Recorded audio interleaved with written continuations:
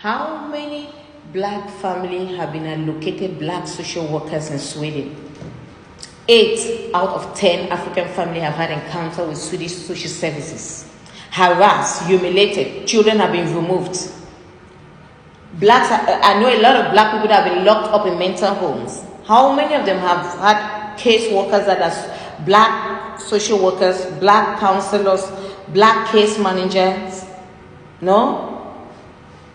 Despite the fact that we are the ones with highly represented in their statistics, there are very few, black social workers. They don't employ us. No, they don't. If you manage to see one or two, is those ones that are suffering from identity crisis, who think that they are now the house Negro and they're struggling to belong. And even that, they're still afraid to assign that individual as your case worker because it might be difficult for them to kidnap and traffic your child. Because at one point, this individual might not be able to play the cards very well. Yes?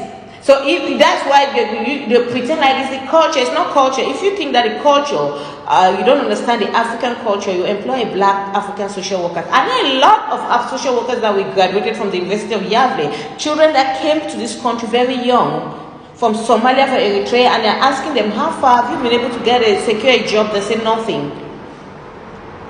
I know a lot of children, they can speak Swedish very well, they can write Swedish very well, they came here very young, they are very good, fluent, they have not secured a job.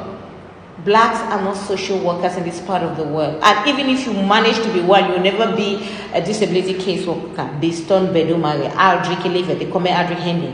You will never be in the child protective services because that's where the business, that's where the multi-billion-dollar industry is taking place. That's where they're selling these children and making their billions. It's never going to happen. Yes. So as all these families that have had encounter with Swedish social services, how many of them happen to have a case worker that's a black social worker? So where are all the black social workers graduating every year going to? They don't have a job.